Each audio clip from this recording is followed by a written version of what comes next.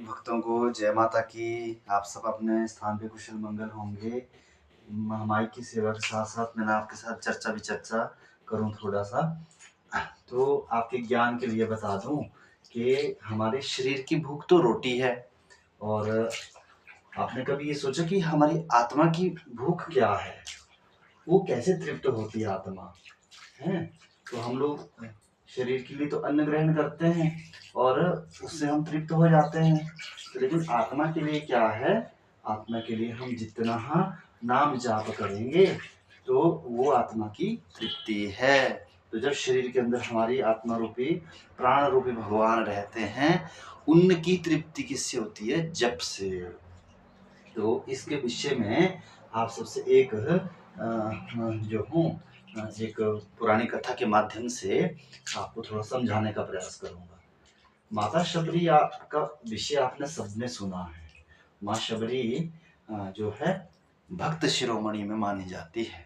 माता शबरी का जो त्याग और बलिदान है वो बड़ा ही उच्च स्तर का है। तो उनके ऋषि कौन थे? मातंग मुनि जी उनके ऋषि हुए। तो वो समय से पहले ही जब उनके ऋषि अपनी देह को त्याग करके जो है भगवान के पास जा रहे थे, तो उस समय माता शबरी ने उनसे प्रश्न किया अपने गुरु से कि गुरुदेव मुझे अकेला मत छोड़िए, मुझे भी अपने साथ ले जाइए।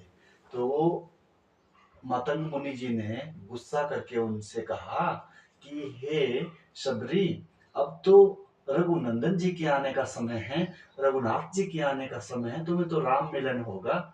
अब तुम क्यों इतनी जल्दी कर रही हो? इतने साल तुमने सेवा भाव किए हैं, तपस्या की है, जप किए हैं, क्यों जा रही हो?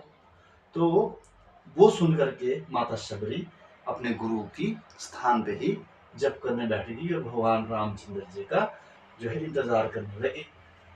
तो लोग उन्हें पागल कहने लगे। तो एक समय जब मिलन की बात आई, तो भगवान श्री रघुनाथ जी अपनी भार्या सीता माता की खोज में जब महामाता शबरी के पास पहुंचे, तो तो शबरी मैया बड़ी खुश हुई, उनको जूठे बैर भी खिलाने लगी हैं।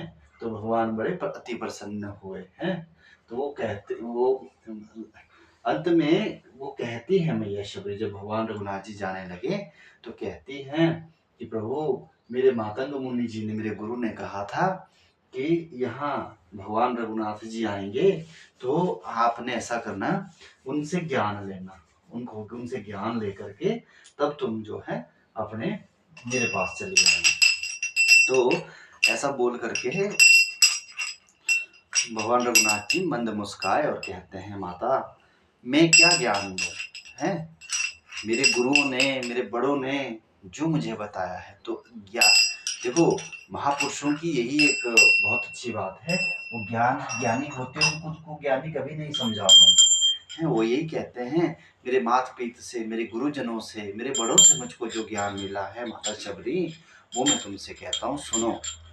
कलयुग सिर्फ नाम आधारा है, जब्त जब्त हो जाए भवसागर पारा है। तो जो उनके बोलने का भावार्थ है, कलयुग में सिर्फ नाम ही एक आधार रह जाएगा। जो नाम जप होम करेगा शबरी, कीर्तन भजन जो करेगा, सत्संग जो करेगा, वो इस भवसागर से, इस मोह बंधन से पार हो जाएगा।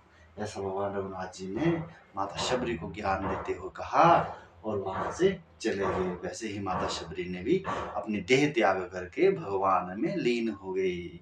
तो इसी तरह इस माध्यम से कहता हूँ, इसलिए निरंतर जप का सहारा लो, नाम जप का सहारा लो। अच्छा, इसमें भी दो चीजें हैं, आपको समझाऊं। कई लोग समझते हैं नाम जप और मंत्र जप अलग अलग है। अभी हमारा अमूमन घर में नाम बड़ा नाम होता है, तो हमारे माँ बाप या हमारे निकट संबंधी लोग हमें छोटे नाम से पुकारते हैं। वैसे ही हैं, भगवान नारायण का नाम बड़ा है तो छोटा भी है। मैया का नाम जो है माता भुवनेश्वरी है, और जैसे राधा रानी है, तो हम लोग उसको क्या कहते हैं कि हरीम। हरीम बीज मंत्र जो है, सभी बीज मंत्रों में जो अधिष्ठान त्रिबीज मंत्र है, तो ये मैया का छोटा नाम है।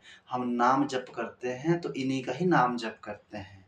तो इसी तरह ये छोटी सी आपके बीच में बात रखी। आप प्रसन्न रहिए, नाम जप से जुड़िए रहिए, अपना जो गुरु ने आपको जप दिए हैं उसे निरंतर करिए। जय माता की महामाई की सेवा करिए। जय माता, माता का आशीर्वाद आप पे सदा बना रहे।